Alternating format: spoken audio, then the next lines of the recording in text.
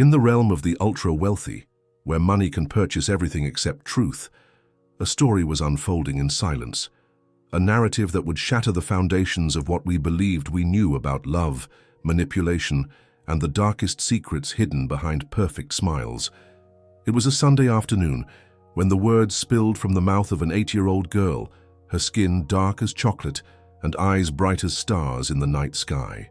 Her words sliced through the air like a sharpened blade, piercing the heart of the city's most powerful man. "Your son can't walk because your girlfriend won't let him." The silence that followed was deafening, louder than a lion's roar, deeper than the ocean in a storm.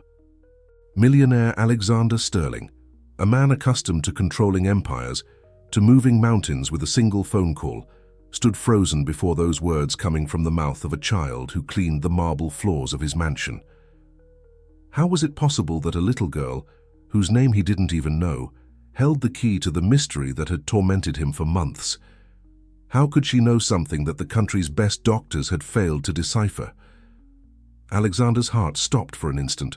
His 5-year-old son, Thomas, had stopped walking 6 months ago, right after Victoria, his elegant girlfriend, had moved into the mansion. The doctors spoke of psychological trauma, unexplainable regressions, medical mysteries without solutions. But now, those words from the child resonated in his mind like alarm bells, a truth so terrible that his mind refused to accept it, a truth that was about to change everything he thought he knew about the woman who slept in his bed every night. The girl, in her stained work uniform and worn shoes, kept her gaze fixed on him. There was no fear in her eyes, only a determination that contrasted with her young age. It was as if the universe had placed on her lips the words that no one else dared to speak. "Mr. Alexander," the little one continued with a voice that trembled but didn't break, "I have seen everything. I know what she does to your boy when you're not here." Alexander's world began crumbling like a sandcastle in the rain. The puzzle pieces were starting to fit together in a way that made him nauseous. Thomas's nightly screams that Victoria always justified as nightmares. The way the child would shrink when she approached. The silent tears that flowed from his son's eyes every time he had to travel for business. How had he been so blind? How had he allowed the woman who swore to love his son to be, in reality, the cause of his suffering? The Sterling mansion, with its perfect gardens and marble fountains, harbored secrets darker than the shadows cast at sunset. And now an 8-year-old girl had become the bearer of a truth that threatened to destroy everything Alexander had built. But this was only the tip of the iceberg. What he was about to discover would change him forever. The story I'm about to tell you isn't just about a millionaire and his son. It's about the power of truth, about how secrets can destroy entire lives, and about how, sometimes, salvation comes from the most unexpected places. Alexander Sterling wasn't just any millionaire. He was the type of man whose name appeared on Forbes magazine covers, whose decisions could make stocks rise or fall with a simple tweet. At 38, he had built a technological empire spanning 3 continents. His mansion in the Beverly Hills was an architectural masterpiece. 23 rooms, 12 bathrooms, an infinity pool that seemed to blend with the horizon, and gardens that rivaled those of Versailles. Every detail had been carefully selected. Every object had its perfect place in this symphony of luxury and power. But behind all that grandeur, Alexander was simply a single father who had lost his wife in a car accident when Thomas was barely 2 years old. Since then, his life had revolved around 2 fundamental axes: building his business empire and raising his son. For 3 years, it had been just him and Thomas against the world. Nights reading stories, shared breakfasts while reviewing emails, weekends at the park where Alexander became just another child, running after his little one among laughter and hugs. Thomas was his world. A blonde boy with eyes blue as the California sky, with a smile that could illuminate the darkest room. He was intelligent, curious, full of energy. He ran through the marble hallways of the mansion as if they were racetracks, jumped on the Italian leather sofas as if they were trampolines, and filled every corner of that gigantic house with his crystalline laughter. Alexander vividly remembered the day he met Victoria Blackwood. It was a charity gala at the Contemporary Art Museum. She appeared like a vision in a black dress that hugged her figure like a second skin. Tall, elegant, with chestnut hair falling in perfect waves over her bare shoulders and green eyes that seemed to harbor ancient secrets. Victoria was 32 and introduced herself as an image consultant for high-profile executives. She spoke 5 languages, had a master's in organizational psychology from Harvard, and possessed that kind of sophistication that only comes from living in the world's great capitals. The conversation flowed like French champagne. She understood his world, knew the challenges of running a multinational company, spoke his same language of numbers, strategies, and long-term visions. But what truly conquered Alexander was how she spoke about Thomas when he showed her photos of his son on his phone. "He's beautiful," Victoria had said, with a smile that seemed genuine. "You can tell he's a very intelligent child. I love children. I've always dreamed of starting a family." Those words pierced Alexander's heart like golden arrows. After years of superficial dates with women who saw Thomas as an obstacle to reaching his fortune, he had finally found someone who seemed to understand that his son was an integral part of his life. The first months were like a fairy tale. Victoria gradually integrated into their lives. She arrived at the mansion with gifts for Thomas, educational toys, illustrated books, puzzles that challenged his brilliant mind. The child seemed fascinated with her, especially by her slightly European accent and her elegant way of moving through the house. Alexander watched from a distance as Victoria played with Thomas in the garden, how she taught him words in French, how she helped him with his drawings. It was the perfect image of the family he had always dreamed of rebuilding, but if Alexander had paid closer attention, he would have noticed small details hiding in the shadows of that apparent perfection. The way Victoria's smile would fade when she thought no one was watching, how her eyes would harden when Thomas interrupted their adult conversations, the barely audible whispers that escaped her lips when the child committed some childish mischief. However, Alexander was blinded by what he believed was love. He had spent so much time in solitude that he had forgotten the nuances, the signals, the small gestures that reveal people's true nature. 6 months after meeting, Victoria officially moved into the Sterling mansion. The ceremony was small but elegant. Just the two of them, Thomas and the judge. Alexander thought he had finally found the missing piece in his family puzzle. What he didn't know was that he had invited a predator to live under his roof, a predator who had carefully studied his weaknesses, who had calculated every smile, every caress, every word of love. A predator who saw Thomas not as a son to love, but as an obstacle to eliminate. And while Alexander celebrated his new life, in the dark corners of the mansion, a little 8-year-old girl, whose job was to clean and maintain order, began witnessing horrors that would change everyone's destiny forever. It was a Tuesday morning when Alexander noticed that something had dramatically changed in his son. Thomas, who used to run downstairs like a small storm of energy, appeared in the main dining room walking slowly, dragging his feet on the polished marble as if each step cost him superhuman effort. "Good morning, champ," Alexander said, looking up from his tablet where he was reviewing Asian stock market numbers. But his smile faded when he saw his son's expression. Thomas didn't respond. He sat in his usual chair, the one with a special cushion decorated with superheroes, and stared fixedly at his empty plate. His blue eyes, which had once sparkled like diamonds, now seemed clouded by a sadness that didn't belong to a 5-year-old child. "Are you feeling well, my love?" asked Victoria, approaching with a perfect smile painted on her lips. She wore a cream-colored silk dress that highlighted her elegant figure, and her heels resonated on the floor like a constant hammer. When Victoria approached, Alexander noticed something strange. Thomas shrank slightly in his chair as if he wanted to become invisible. It was a subtle movement, almost imperceptible, but Alexander caught it because he knew every gesture of his son. "He's just a little tired," Victoria responded quickly, before Thomas could open his mouth. "Right, darling." The child nodded mechanically, but his eyes didn't lift from the plate. Alexander felt a pang of worry in his chest, but Victoria was already serving cereal with the efficiency of an experienced nurse. During the following weeks, the change in Thomas became more evident. The child who had once explored every corner of the mansion now spent hours sitting in his room, playing silently with his toys. He stopped asking constant questions about everything he saw. His laughter, which had once filled the house like heavenly music, became scarce and forced. But most alarming was his way of walking. Thomas had begun moving like an elderly man, slowly, with cautious steps. Sometimes he would stop in the middle of the hallway, as if he had forgotten where he was going. Other times he would sit on the floor and simply stay there, staring at nothing. "I think we should take him to the doctor," Alexander told Victoria one night, while they watched Thomas play silently in the living room.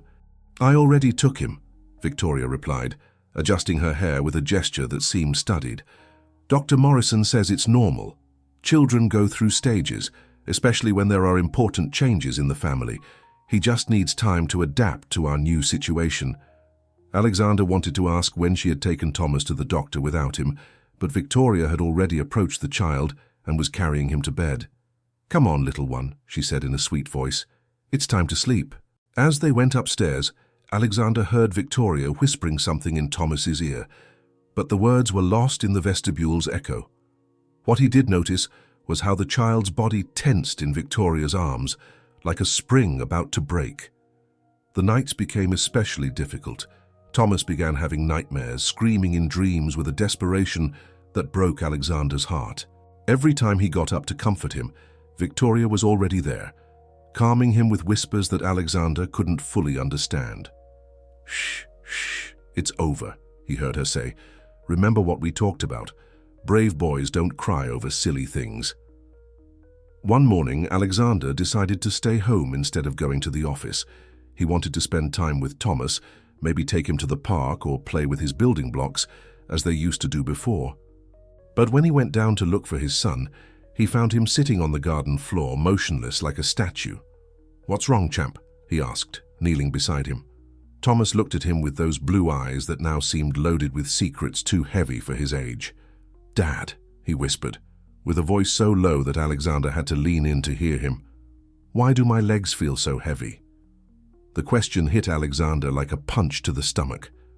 It wasn't a medical question. It was the silent cry of a small soul who didn't understand what was happening to his own body. "I don't know, my love," Alexander replied, lifting Thomas in his arms. "But we're going to find out together, okay?" That same week, Alexander took Thomas to the most prestigious medical clinic in the city. For 3 days, the best specialists subjected the child to all kinds of examinations: MRIs, blood tests, neurological evaluations, psychological assessments. The results arrived like a puzzle without a solution. Physically, Thomas was perfectly healthy. His muscles, bones, and nervous system functioned without any problem. The psychologists spoke of possible emotional traumas, temporary regressions, the need to create a more stable environment for the child. But no one could explain why a 5-year-old child, previously full of energy, had lost the will to walk normally. It was as if something invisible had put chains on his legs, chains that only he could feel, but that no one else could see. Alexander left the clinic with more questions than answers. While driving back to the mansion, with Thomas sleeping in the back seat, a voice inside him began whispering that the answer wasn't in medical offices. The answer was in his own house, hidden among the shadows of the marble hallways, kept in corners where adult gazes didn't reach, protected by the silence of those who had no voice to scream the truth. And in those dark corners, a little girl with bright eyes cleaned the floors day after day, observing, listening, keeping in her 8-year-old heart the secrets that would soon change the Sterling family's destiny forever. Victoria Blackwood was a masterpiece of manipulation, sculpted by years of studying human behavior and perfected by an ambition that knew no moral limits. Behind her perfect smile and impeccable manners hid a calculating mind that had turned seduction into an exact science. Her day always began at 5 in the morning, 2 hours before Alexander woke up. In the privacy of her pink marble bathroom, in front of the full-length mirror, Victoria rehearsed her expressions for the day. The loving smile for Alexander, the maternal look for Thomas, the gesture of concern for difficult situations. Each expression had a purpose. Every word was calculated. Every caress had a specific objective in her grand master plan. Her personal history was a careful mixture of truths and lies. Yes, she had studied at Harvard, but not organizational psychology, but criminal psychology, specializing in profiles of abuse victims. Yes, she spoke 5 languages, a skill she had perfected during her years moving through Europe, fleeing situations she had left behind like destroyed houses of cards. Her real name wasn't Victoria Blackwood, it was Valeria Kozlova, daughter of Ukrainian parents, who had emigrated to the United States when she was 12. Her childhood had been marked by extreme poverty, by an alcoholic father who disappeared for months, and by a mother who worked 16 hours daily cleaning offices. At 15, Valeria had made a decision that would define the rest of her life. Never again would she be poor, never again would she depend on anyone, and never again would she allow circumstances to control her destiny. That decision had led her down a dark path of calculated relationships, strategic marriages and divorces that always ended with her bank account more swollen. Alexander was her 5th important victim. Before him, there had been the Texas oil businessman who died in a hunting accident, leaving her $2 million. The New York real estate magnate who suffered a heart attack after she convinced him to change his will. The elderly Swiss banker who passed away from natural causes a week after marrying her. Each of these men had something in common. They were wealthy widowers, emotionally vulnerable, and with children or relatives who represented obstacles in her path to total fortune. But Alexander represented her maximum prize. His fortune was 50 times greater than anything she had hunted before. However, he also presented her most complex challenge: Thomas. Victoria had carefully studied the relationship between father and son before making her move. She had observed from a distance how Alexander adored his little one, how every important decision passed through the filter of what's best for Thomas. She knew she couldn't simply eliminate the child as she had done with other obstacles in the past. She needed something more subtle, more psychological. Her plan was diabolically brilliant: not kill the child, but destroy his spirit. Turn him into such a heavy burden for Alexander that he himself would begin to see him as a problem. And once the father-son relationship was sufficiently damaged, it would be much easier to convince Alexander that Thomas needed specialized care in some distant institution. The process had begun the first week after moving into the mansion. When Alexander left on business trips, Victoria initiated what she mentally called reality lessons for Thomas. The lessons began with seemingly innocent words. "Thomas, darling, do you know why your mommy went to heaven?" The child, confused by the question, shook his head. "It was because you weren't good enough. Mommies only stay with perfect children. And you, well, you're very naughty, don't you think?" Victoria had studied enough psychology to know exactly where to press. 5-year-old children don't have the mental defenses to process guilt and emotional manipulation. Their little minds absorb this information like sponges, turning it into absolute truths that shape their perception of the world. Gradually, the lessons became more specific. If you keep running through the house, your daddy will get tired of you too. Do you want him to go to heaven too? Good children walk slowly and don't make noise. Only bad children run and scream. Every time you laugh too loud, you give your daddy a headache. Do you want to hurt your daddy? Thomas, desperate to be good and not lose the only parent he had left, began modifying his behavior. He stopped running so as not to be bad. He stopped laughing loudly so as not to hurt his daddy. He began walking slowly to be a good boy. But Victoria didn't stop there. The lessons escalated to darker territory. Your legs only obey you when you're perfect. If you're not perfect, your legs become heavy. It's like a punishment your mommy sends you from heaven. Every time you take a normal step, you take years of life away from your daddy. Do you want to kill your daddy like you killed your mommy? Thomas's mind, constantly attacked by these psychological lies, began creating a distorted reality where walking normally had become an act of evil. His body, obeying the orders of a traumatized mind, began moving as if it really carried invisible chains. Victoria observed these changes with the satisfaction of a scientist seeing expected results in her experiment. Every slow step of Thomas, every lost smile, every silent tear was a victory in her master plan. But there was something Victoria hadn't calculated in her perfect equation. In the corners of the mansion, cleaning in silence, working invisible to adults, there were eyes that saw everything. Eyes that belonged to an 8-year-old girl whose pure heart couldn't understand the evil she witnessed, but who had enough courage to guard the truth until the exact moment she could scream it. A truth that was about to explode like a bomb in the perfect world Victoria had built with lies, manipulation, and tears of an innocent child. Her name was Esperanza Morales, but everyone called her simply the cleaning girl. At 8 years old, she had already been working in the Sterling mansion for 2 years, accompanying her grandmother Carmen, who had been the family's head housekeeper for more than a decade. Esperanza wasn't like other girls her age. While her schoolmates played with dolls and watched cartoons, she had learned to move through the adult world like a silent shadow. Her dark eyes, large and expressive, had seen more than any child should see. Her story began in a small town in Jalisco, Mexico, where she was born into a family so poor that food was a luxury they couldn't always afford. Her mother had died during childbirth, and her father, overwhelmed by the responsibility of raising a daughter alone, had disappeared one night without a trace. Grandmother Carmen, a 60-year-old woman with calloused hands but a heart of gold, had crossed the border carrying Esperanza in her arms when the girl was barely 6. The journey had been hell, days walking through the desert, hiding from border patrol, surviving on water and hard tortillas. When they finally reached Los Angeles, Carmen found work at a cleaning agency that provided services to Beverly Hills mansions. The salary was low, but it included the possibility of living in a small apartment in the Latino neighborhood, and more importantly, the opportunity to give Esperanza an American education. The girl had grown up dividing herself between two worlds. Monday through Friday, she attended a public school where she struggled to master a language that wasn't hers, and weekends she accompanied her grandmother to clean the houses of people who lived in a completely different universe. Esperanza had developed a special ability, invisibility.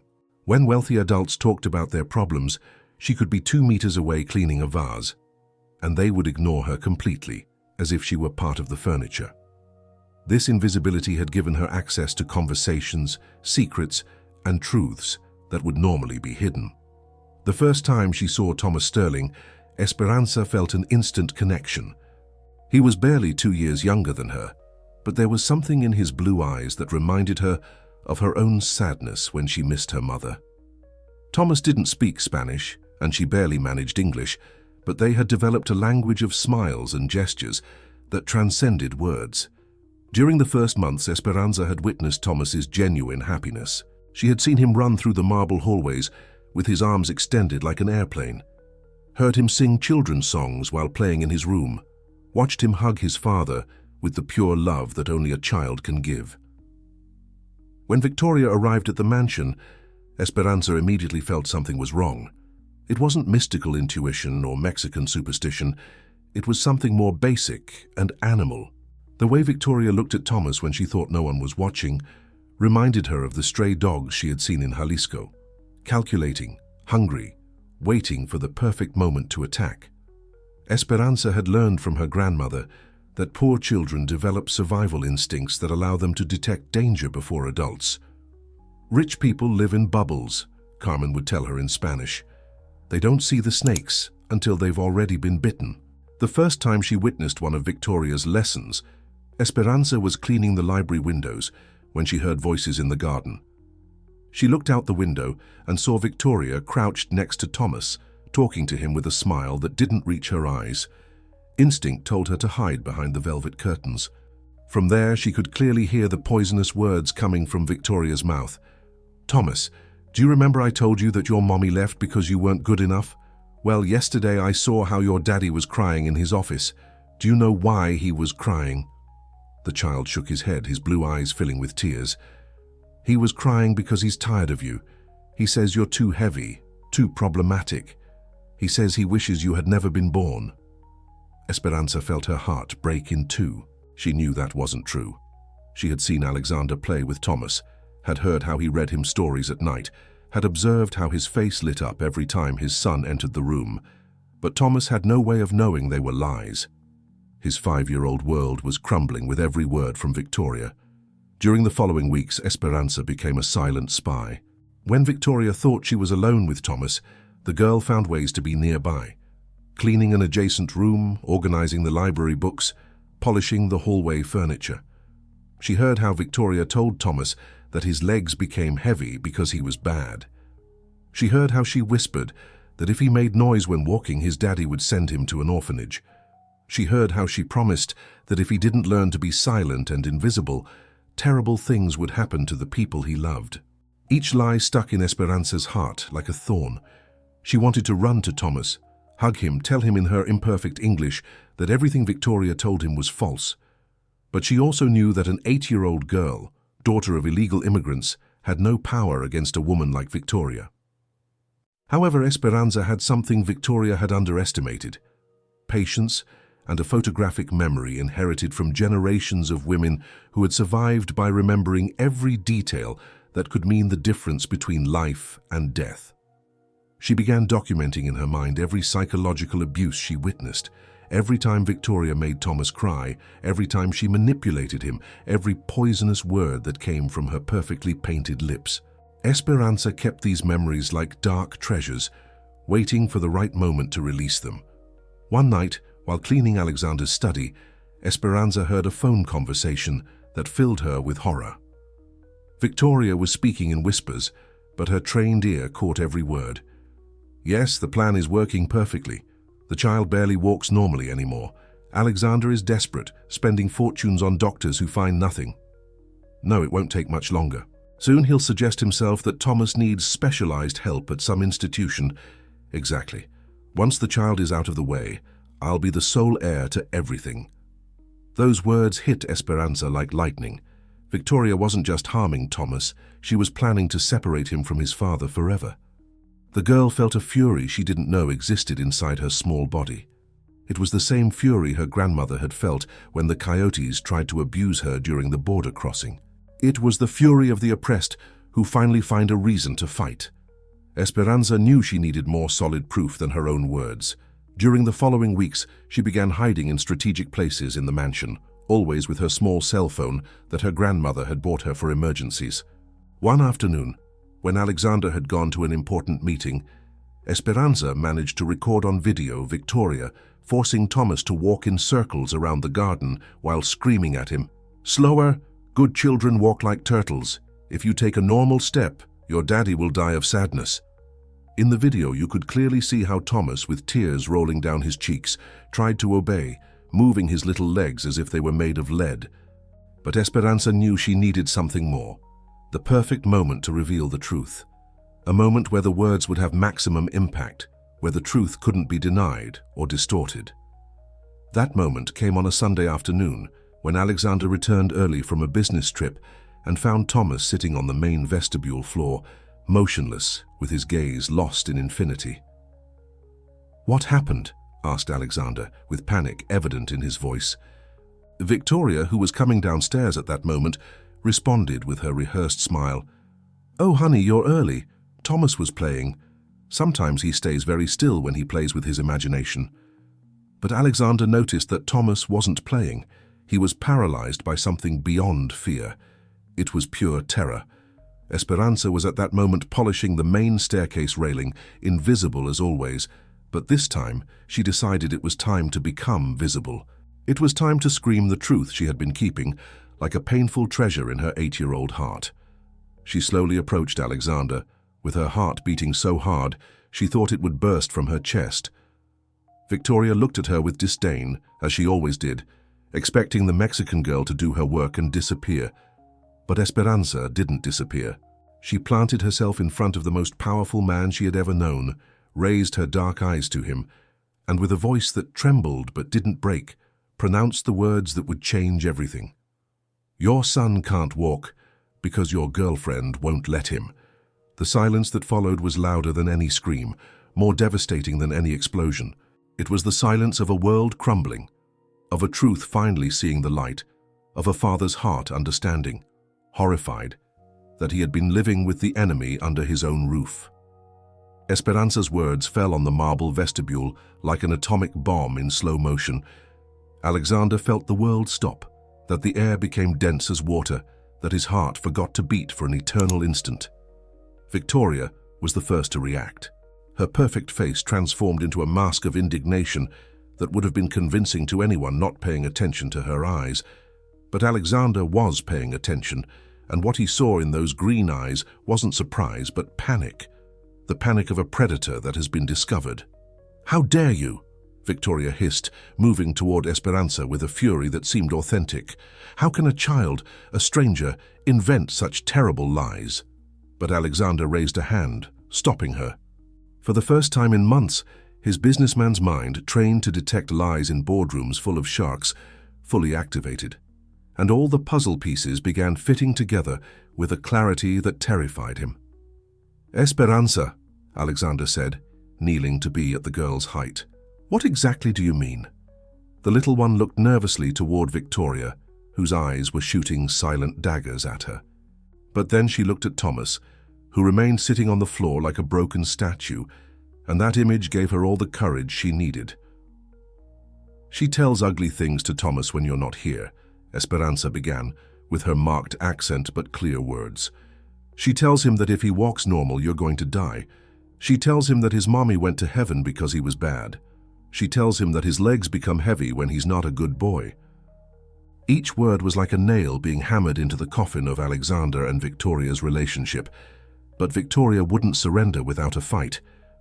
"Alexander, please," she exclaimed, with tears that seemed genuine springing from her eyes.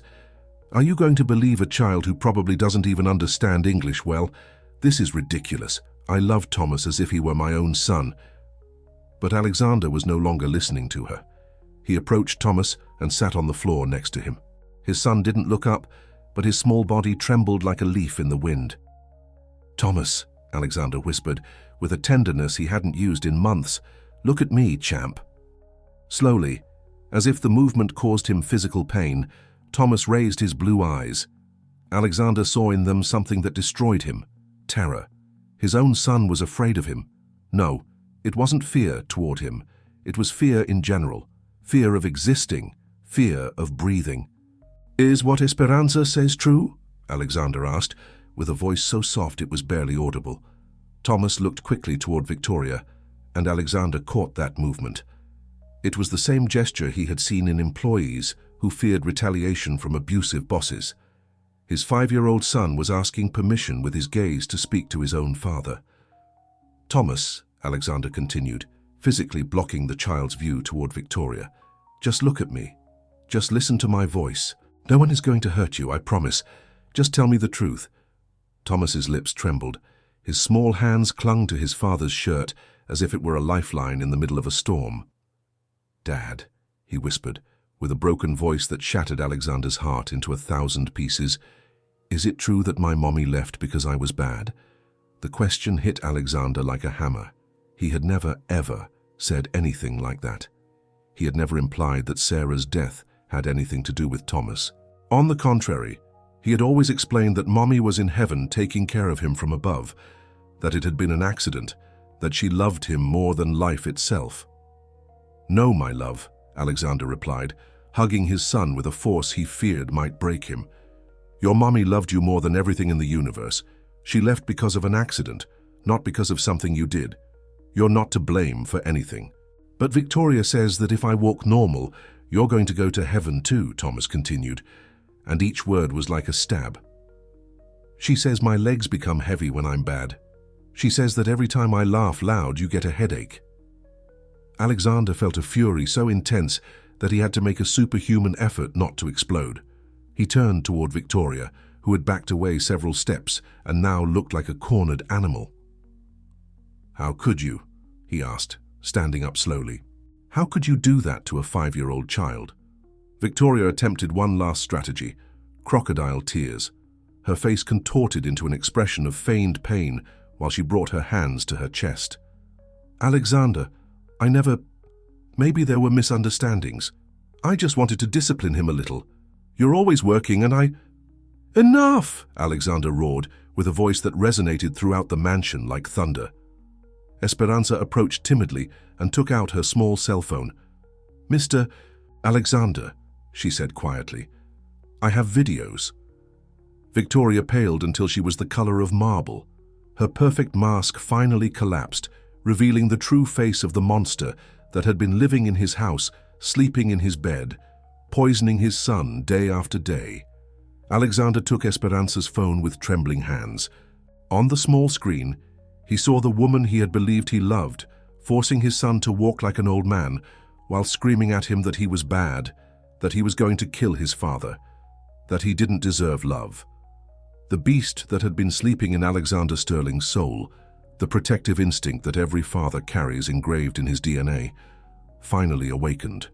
And when it awakened, its roar shook the foundations of the mansion he had built with love, and that had been contaminated with hate. It was time for the truth to come completely to light. It was time for Victoria Blackwood to pay for every tear she had made his son shed. It was time for Thomas to recover not only his legs, but his soul. Alexander Sterling hadn't become a multimillionaire by chance. Behind his business success was an analytical, methodical mind capable of unraveling the most complex problems until finding the truth. And now that mind was focused like a laser on discovering every detail of what Victoria had done to his son. That same night, after having expelled Victoria from the mansion with a temporary restraining order, Alexander hired the best private investigator on the West Coast, Marcus Chen, a former FBI agent specialized in white-collar crimes and child abuse. "I want you to investigate that woman from the day she was born until the minute she entered my house," Alexander told him, with a coldness that Marcus immediately recognized. It was the coldness of a father who had discovered that someone had hurt his child. "What name should I investigate?" Marcus asked, taking out his notebook. "Victoria Blackwood. She says she's 32 years old, that she studied at Harvard, that she's an image consultant." Marcus nodded, but something in his experience told him they were going to find much more than they expected. While Marcus began his investigation, Alexander dedicated himself to rebuilding Thomas's trust. He took his son to California's best child psychologist, Dr. Elena Vargas, a 50-year-old Hispanic woman who specialized in psychological trauma in children. The first session was heartbreaking. Thomas, sitting in the colorful office of Dr. Vargas, could barely articulate coherent words. His small hands trembled when he tried to explain why he was afraid to walk normally. "Thomas," Dr. Vargas told him with an incredibly sweet voice, "I want you to know that here you are completely safe. Can you tell me how you feel when you walk?" "My legs feel like they have rocks inside," Thomas whispered. "And when I take normal steps, I think something bad is going to happen." Dr. Vargas exchanged a look with Alexander. It was a classic case of psychological abuse that had manifested physical symptoms. Thomas's brain had been conditioned to associate normal movement with punishment and guilt. "Who told you that you had rocks in your legs?" the doctor asked. Thomas looked toward his father, seeking permission. Alexander nodded, encouraging him. "Victoria told me that when I'm bad, my legs become heavy. She told me that if I walk fast, my daddy is going to die, like my mommy died." Alexander had to leave the office for a moment to avoid exploding in tears in front of his son. In the hallway, he swore that Victoria would pay for every second of suffering she had caused. Meanwhile, Marcus Chen was discovering a web of lies and crimes that surpassed anything he had investigated before. Victoria Blackwood didn't officially exist until 5 years ago. Before that date, there was no record of that identity in any database. However, there was a record of Valeria Kozlova, a Ukrainian woman who had been a suspect in the mysterious deaths of 3 wealthy men in different states. She had never been formally charged because the evidence was circumstantial, but the pattern was unmistakable. Marcus found something more disturbing: medical records from a psychiatric hospital in New York, where Valeria had been briefly admitted at 25. The diagnosis was chilling: antisocial personality disorder with psychopathic tendencies. The psychiatric report described a woman incapable of feeling genuine empathy, extremely manipulative, and with an exceptional ability to imitate human emotions without actually experiencing them. She was, in clinical terms, a perfect predator. But Marcus found something even more chilling: records of other children who had been under Victoria's care in her previous relationships. A 7-year-old boy in Texas who had developed selective mutism, a 6-year-old girl in New York who had begun self-harming. All had shown symptoms similar to Thomas's: regression, extreme fear, and behaviors their own parents couldn't explain. When Marcus presented his complete report to Alexander, the magnitude of the horror became clear. Victoria wasn't just a gold digger, she was a serial predator who specialized in destroying families from within. "Alexander," Marcus told him, "this woman is dangerous. Not just for Thomas, but for any child who crosses her path. We need to take this to the authorities immediately." Alexander nodded, but he knew the legal system could be slow, and Victoria still had legal access to the mansion until the restraining order was formally resolved. He couldn't risk her returning and trying to do more damage. Victoria returned to the mansion 3 days later, accompanied by an expensive lawyer, and a smile that tried to be conciliatory but looked like the grimace of a wounded snake. "Alexander, darling," she said upon entering the main vestibule, as if nothing had happened, "I think there's been a terrible misunderstanding. We can solve this like civilized adults." Alexander was waiting for her in the main living room, but he wasn't alone. With him were Marcus Chen, Dr. Vargas, Esperanza, and her grandmother Carmen, and most importantly Thomas, who for the first time in months looked like a real child instead of a broken shadow. "There's no misunderstanding whatsoever, Victoria," Alexander replied with a calmness that chilled the blood. "Or should I say, Valeria Kozlova." The color disappeared from Victoria's face as if someone had disconnected a switch. Her perfect mask cracked, revealing for the first time her true face, cold, calculating, empty of any genuine human emotion. "I don't know what you're talking about," she murmured, but her voice no longer had the confidence from before. Marcus stepped forward and placed a thick folder on the coffee table. "We have complete records, Valeria. 3 dead men, multiple false identities, and a pattern of child abuse extending over more than a decade." Valeria looked at the folder as if it were a poisonous snake. "But what interests us most," Alexander continued, "is what you did to my son." He turned toward Thomas, who took a deep breath and stepped forward. It was a normal step, without the invisible weight he had carried for months. "Victoria," Thomas said with a clear voice that made his father's eyes fill with tears of pride, "I'm not afraid of you anymore. Esperanza taught me that everything you told me were lies." Little Esperanza approached Thomas and took his hand. "I told him that his mommy loves him from heaven," she said with her marked accent but firm words. "I told him that walking beautifully doesn't hurt anyone. I told him that being a happy child is good." Valeria attempted one last manipulation, addressing Thomas directly with false tears. "Thomas, honey, I just wanted to help you be a better child. Everything I did was out of love." But Thomas was no longer the terrified child from a week ago. He had recovered his voice, his strength, his right to exist without fear.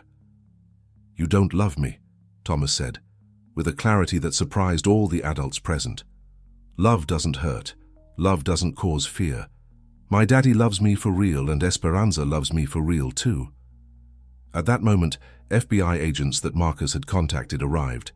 They had arrest warrants for fraud, suspected murder, and multiple charges related to child abuse. While they handcuffed Valeria, she maintained her mask until the end. "This isn't over, Alexander," she hissed. "You have more enemies than you imagine." But Alexander was no longer listening to her. He was kneeling next to Thomas, watching in amazement as his son took normal steps, how he smiled without fear, how he had finally begun to heal. The following months were of slow but constant healing. Thomas attended therapy 3 times a week with Dr. Vargas, and gradually, the invisible chains that Valeria had placed in his mind began to break. The process wasn't easy. There were nights of nightmares where Thomas screamed that he didn't want his daddy to die. There were days when his legs felt heavy again when he remembered Valeria's poisonous words. But every time that happened, Alexander was there, holding him, reminding him that he was safe. Esperanza became a fundamental figure in Thomas's recovery. Alexander offered her and her grandmother to live permanently in the mansion, not as employees but as family. Carmen became the official housekeeper, and Esperanza became the big sister Thomas had never had. The 2 children developed a beautiful friendship. Esperanza taught him words in Spanish, while Thomas helped her with her English homework. They ran through the gardens, played in the pool, and filled the mansion with laughter that had been absent for too long. One afternoon, while Alexander worked in his study, he heard something that made him stop completely. Thomas was running through the hallway, laughing heartily, chasing Esperanza in a game they had invented. It was the sound of recovered childhood, the sound of a soul that had found light again after months in darkness. Dr. Vargas confirmed what Alexander already knew. Thomas was recovering completely. The physical symptoms had almost entirely disappeared, and more importantly, he had regained confidence in himself and in the world around him. Children are incredibly resilient, the doctor explained to Alexander. Thomas has gone through terrible trauma, but he has something many children in his situation don't have: a father who loves him unconditionally and who fought for him when he needed it most. Alexander also had to work on himself. The guilt of not having seen earlier what was happening tormented him. How could he have been so blind? How had he allowed a monster to live under his roof? But Dr. Vargas helped him with that too. Alexander, predators like Valeria are professionals. They study their victims, learn their weaknesses, perfect their masks for years. Don't blame yourself for being deceived. Don't blame yourself for having trusted someone who presented herself as a loving person. Valeria Kozlova's trial became one of the year's most media-covered cases. Prosecutors presented evidence of a behavior pattern extending over more than 15 years. Calculated marriages, suspicious deaths, systematic psychological abuse of children. Alexander testified about what he had witnessed, but it was Esperanza's testimony that truly impacted the jury. The little 8-year-old girl, dressed in her best dress and speaking in careful English, described with devastating clarity how she had seen Valeria systematically destroy the spirit of an innocent child. Thomas didn't have to testify. Psychologists determined it would be too traumatic for him. But his recovery was itself the most powerful evidence of the damage Valeria had caused. The verdict was unanimous: guilty on all charges. Valeria was sentenced to life in prison without possibility of parole. As they led her away in handcuffs from the courtroom, she maintained her mask until the end. She showed no remorse, asked for no forgiveness. She was incapable of understanding the concept of genuine human emotions she had spent her life imitating. But Alexander no longer thought about her. His focus was completely on the future, on the family he had found in the most unexpected places. 6 months after the trial, Alexander organized a special ceremony in the mansion gardens. It wasn't a wedding or formal adoption, but something he called a chosen family ceremony. In front of 50 guests, including employees from his company who had become close friends, Alexander officially declared that Carmen and Esperanza were part of the Sterling family forever. "Family isn't always about blood," he said in his speech. "Sometimes family are the people who appear in the darkest moments and help us find the light. Carmen and Esperanza didn't just save Thomas, they saved me too." Esperanza, now 9 years old and much more confident, took the microphone with a smile that lit up the entire garden. "When I came to this house, I was just a girl who cleaned floors. But Mr. Alexander and Thomas taught me that it doesn't matter where you come from or what job you do. What matters is the size of your heart and whether you use your voice to help others when they need it." 5 years after that Sunday afternoon, when Esperanza screamed the truth that would free Thomas, the Sterling mansion had become more than a home. It was a symbol of hope for families who had gone through similar traumas. Alexander had written a book about his experience titled The Voice of the Invisible, where he detailed how an 8-year-old girl had the courage to confront a monster that adults hadn't known how to see. All proceeds from the book went directly to his foundation against child abuse. Thomas, now 10 years old, had become a completely different child from the broken little one he had been under Valeria's control. He was intelligent, confident, full of compassion for others who suffered. He often accompanied his father to foundation events, where his simple presence, a child who had survived and thrived, gave hope to other families in crisis. Esperanza, at 13, had decided she wanted to be a lawyer specializing in children's rights. Her grades were exceptional, but more importantly, she had a deep understanding of injustice that came from having lived and fought it from a very young age. Dr. Vargas continued working with families who had gone through similar experiences, using Thomas's case as an example that complete healing was possible when there was love, support, and early intervention. Marcus Chen had developed a protocol now used by agencies across the country to identify patterns of psychological abuse in domestic relationships. His work had helped save dozens of children from situations similar to Thomas's. But the most powerful lesson this story had left wasn't in statistics or official protocols. It was in something much simpler and deeper. At an international conference on child protection, Alexander shared the reflection that had changed his life. I learned that sometimes heroes don't arrive in shining suits or with supernatural powers. Sometimes they arrive in the form of an 8-year-old girl with a cleaning uniform and worn shoes, who has the courage to scream the truth when adults are too blind to see it. I learned that real love is demonstrated not only in happy moments, but in moments when someone you love is in danger and you have to fight for them even against your own errors in judgment. But above all, I learned that we should never underestimate the voice of those society considers invisible. Children, domestic workers, immigrants, all those who clean, serve, and observe from the shadows. Sometimes we have the keys to truths that can save lives. In the audience, Esperanza listened with tears in her eyes. She was no longer the frightened girl who had cleaned floors in silence. She was a confident teenager who understood the power of her own voice and the responsibility that came with it. After the conference, a journalist asked Alexander what was the most important message he wanted people to remember from his story. Alexander looked toward Thomas and Esperanza, who were waiting with Carmen near the stage, and smiled. That true love protects, it doesn't control. That children deserve to be heard, especially when something is hurting them, and that each of us has the responsibility to raise our voice when we see injustice, no matter how small or insignificant we feel. But more than anything, I want them to remember that healing is possible, that broken families can rebuild themselves in more beautiful ways than before, and that sometimes the greatest blessings come disguised as the most terrible crises. If this story touched your heart, share it with someone who needs to hear it. Subscribe to our channel for more stories that will change your perspective on life, love, and the power of truth.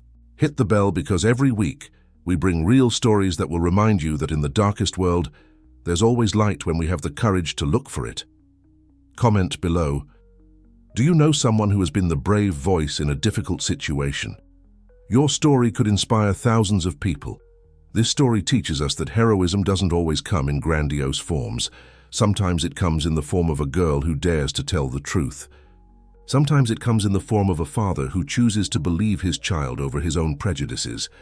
Sometimes it comes in the form of professionals who put child protection above everything else. But always it comes from love. Love that doesn't give up, that doesn't stay silent, that fights until the end to protect the innocent. Because at the end of the day, we all need someone to scream for us when we can't scream for ourselves. And we all have the responsibility to be that voice for someone else. Will you be the voice that changes a life today?